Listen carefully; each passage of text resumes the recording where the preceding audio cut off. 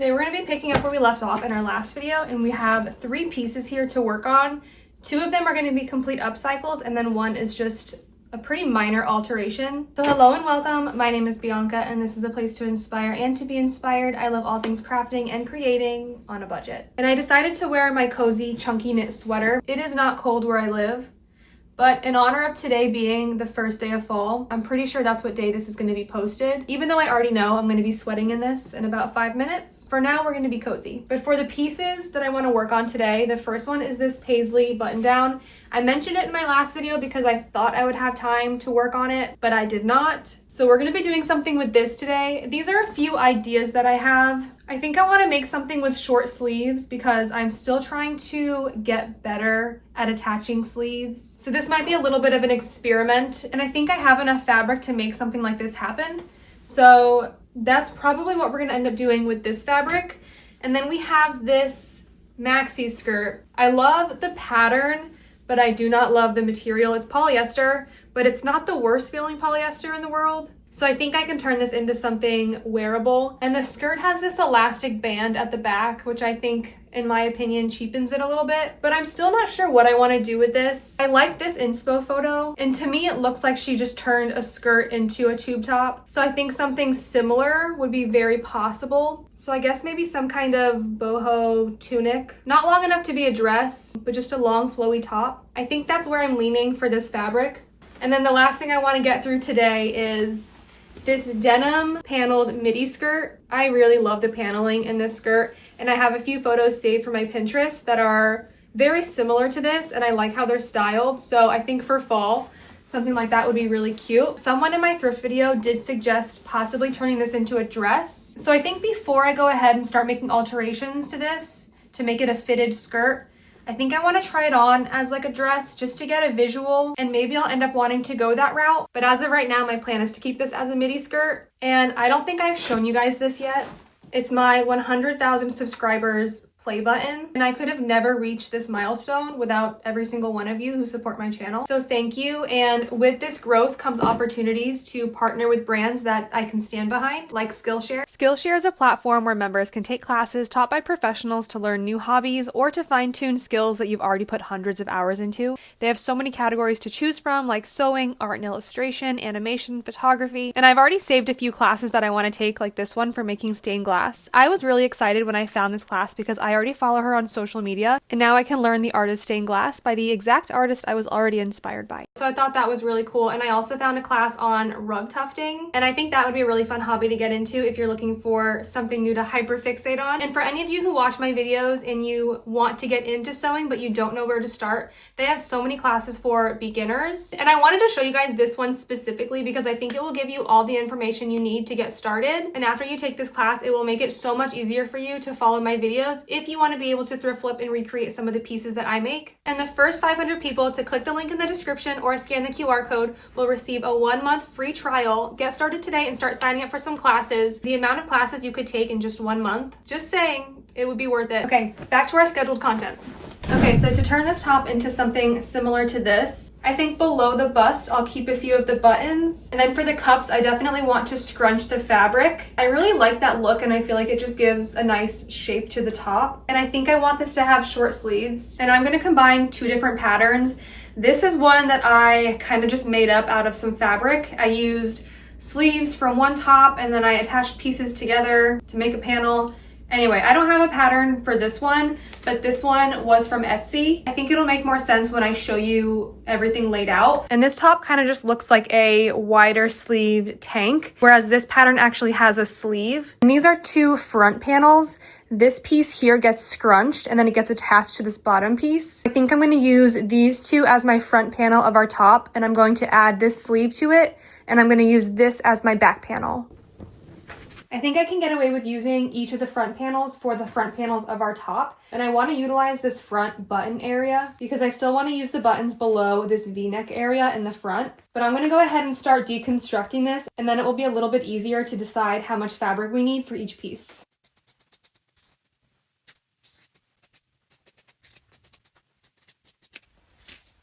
Okay, so these are the 2 front panels that we have to work with. I cut open these darts here on the side so that the fabric would lay flat.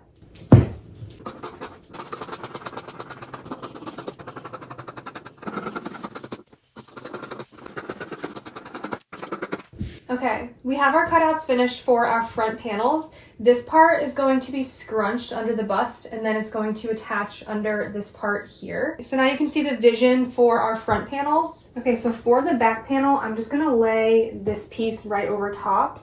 And with this flat, I'm just gonna trace along the perimeter.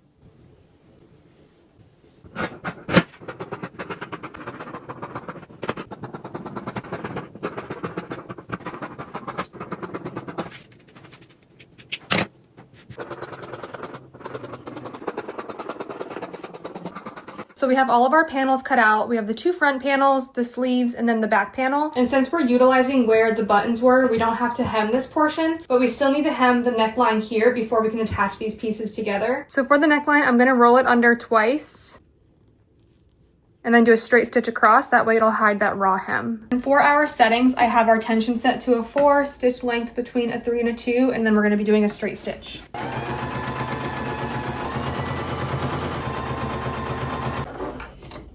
So now we've hemmed the neckline here, and we're just going to gather the fabric in this area here. And I'm going to do this by hand with a needle and thread, and I'm just going to go back and forth in this area, and then I can pull the string to gather it, and then we will attach it to this part here.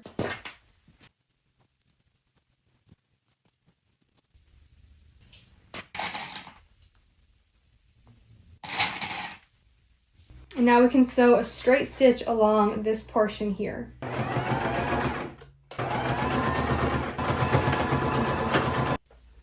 And now it should look something like this in the area where it was gathered.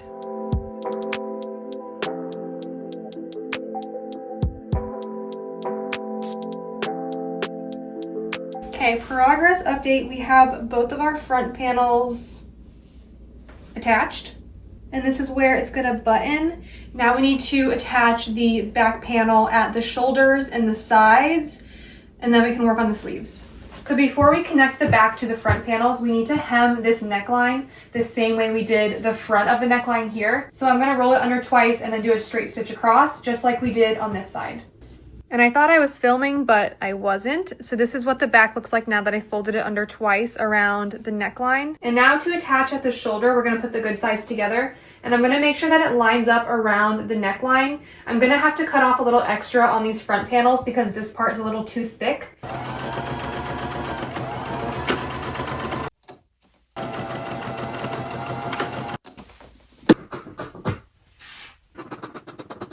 And now with the good sides together, we can fold it over like this, and now we can attach the sides.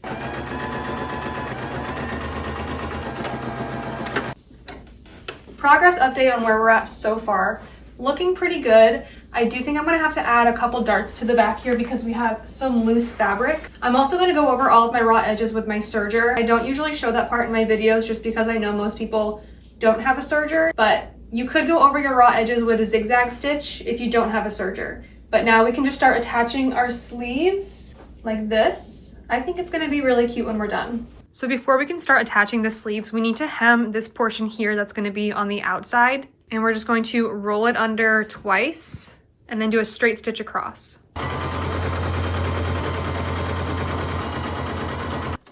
So for the sleeves, we've hemmed this outer seam here, and then we also attached it together where the underarm will be. And now we can start pinning it to the body of the top, and we're just gonna put the good sides together and then go all the way around the perimeter.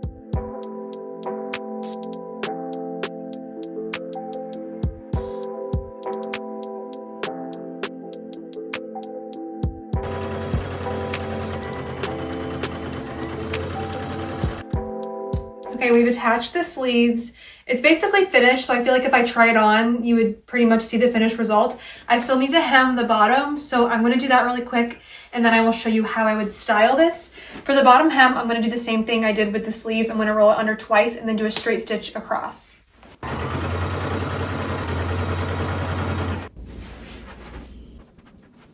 So this is the finished result on how that top turned out.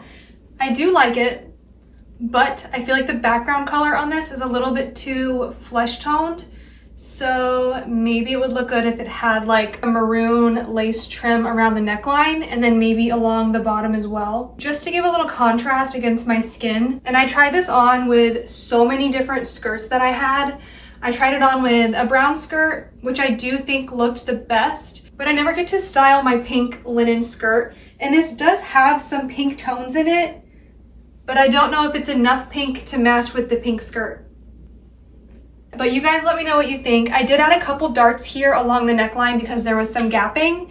And then I also added a small dart up at the top here. And the dart that I added behind the neck only comes down a few inches. I think it stops about here. But overall, I think it turned out really cute. I didn't want to go too crazy with accessories because I do feel like this pattern is busy and I wanted it to be more casual. So I'm just debating on if I want to go to the craft store and try to find some like red or magenta lace trim to go along the neckline and then along the bottom. I think that might just be the finishing touch that I need for this.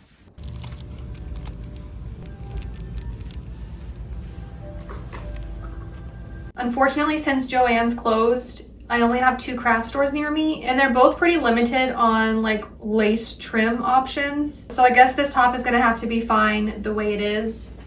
Unless I decide to go online and try to find some trim, but I won't be able to do it for this video, unfortunately. The next project we're gonna work on is going to be this denim paneled skirt. These are the outfits that I had saved on my Pinterest and it's an extremely similar skirt. Obviously though, this one is just a little bit too big, so I'm going to show you how I take it in on the sides. But I also want to try this on as a dress. Someone suggested it in my thrift video, and I think there's potential for this to be cute as a dress. Okay, I actually do kind of like how flowy it is right here. I could possibly even make it a little bit more fitted around the waist and then kind of have it. The extra panels at the bottom kind of remind me of this Etsy pattern. Although I am interested in this as a dress, I think I'm more interested in keeping this as a midi skirt. Down the road, if I decide I never wear it as a midi skirt, maybe then I will turn it into a dress. So as a midi skirt, I mean, it's kind of an awkward length because it's not quite a maxi skirt, but it's too long, I think, to be a midi skirt. Now I can't decide if this is an awkward length or not. I don't know. We're just gonna keep moving forward with the plan. And luckily this has a side zipper, which in my opinion is gonna make this easier. Being able to take off one bigger panel is definitely going to give me a lot more scrap fabric to work with for a future project. And I think I want this to sit just below my belly button, so like mid-rise. So I'm thinking I'll probably try to take the same amount off of the waist and then just go all the way down and then take the same amount off the bottom. I might take a smidge more off the bottom than I do at the waist, but we'll see.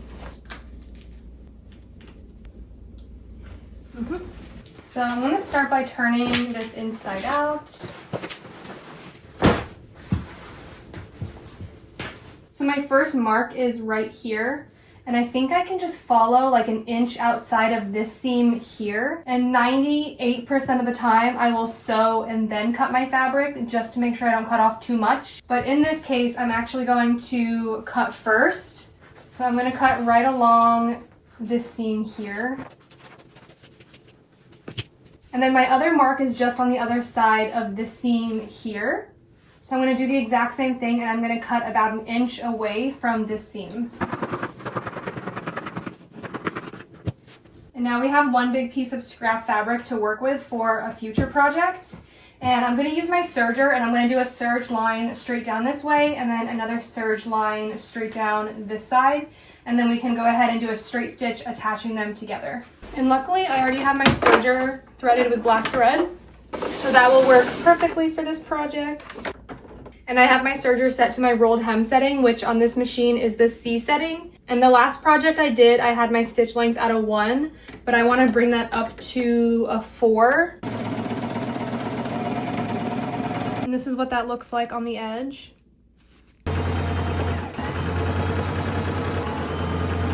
And this is after taking in the side. The side seam is right here. I think it's pretty invisible, especially given we have so many different seams going on. This denim skirt does have a little bit of stretch to it, so I'm able to pull it down and wear it lower on the hips if I wanted to. I kind of feel like it should either be longer or shorter. And by shorter, I just mean above the knees, just so you can see where the top of the boots are. I paired it with my burgundy knee-high boots. I think they're from DSW. I got them a couple years ago though. And then I got this belt from TJ Maxx. I don't have a lot of belts with silver metal, but I just feel like the silver goes really well with this aesthetic. And I paired it with this black suede Free People bag. And then this little one shoulder top is from Amazon. and it is linked on my Amazon storefront in case anyone is interested. I also feel like this is a very New York City outfit. So this is the next piece that I want to work on today for this video. I like this look here, and I think this could definitely have a similar look, and I wouldn't have to do much with it. But I do feel like the length it is now, it would just be too long. But I want to show you first how this looks as a skirt. So I do think this is cute as a skirt, but I also really like the idea of it as like a strapless, flowy boho top. And to turn this into something similar to what I showed you guys, since it has this elastic here at the back, I wouldn't have to take it in at all. It would stay up without having to do anything to it. So all I would really need to do is like take it up a little bit so it was like a tunic. And I like how she styled it with pants. I probably wouldn't be pairing it with denim. I would probably pair it with like maybe white linen pants. I feel like this would be a good length. So if I cut this to be a long tunic, I would have a lot of fabric left over at the bottom, and I could make some kind of like tie that would go at the top. And then I could also use the tie as like a scarf belt for other outfits. So I could get multiple pieces out of this. And if I shorten this to make it a tunic about this length, I could probably still wear it as a midi skirt with a pair of boots for fall. So I feel like this is going to be the way to go because we can wear it as a top or a skirt, and we get a scarf belt out of it. So we're going to do that. But first I need to decide how much length I want to take off. I'm not going to worry about seam allowance for doing a rolled hem because I'm going to use my serger to do a rolled hem. And when you're using a serger, you don't need a lot of seam allowance. But if you don't have a serger and you only have a standard sewing machine, you're going to want a little extra seam allowance to roll it under twice and do a straight stitch with your sewing machine. So I think I want it to be 20 inches long.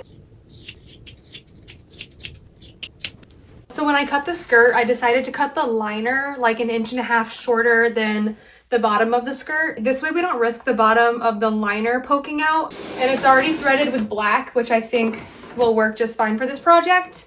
And I'm using my rolled hem setting, which is the C setting. And I'm going to put my stitch length to a 1 because I want my stitches really close together. I want it to completely fill in that bottom hem. And if I was just using a standard sewing machine and not a serger, I would roll this bottom hem under twice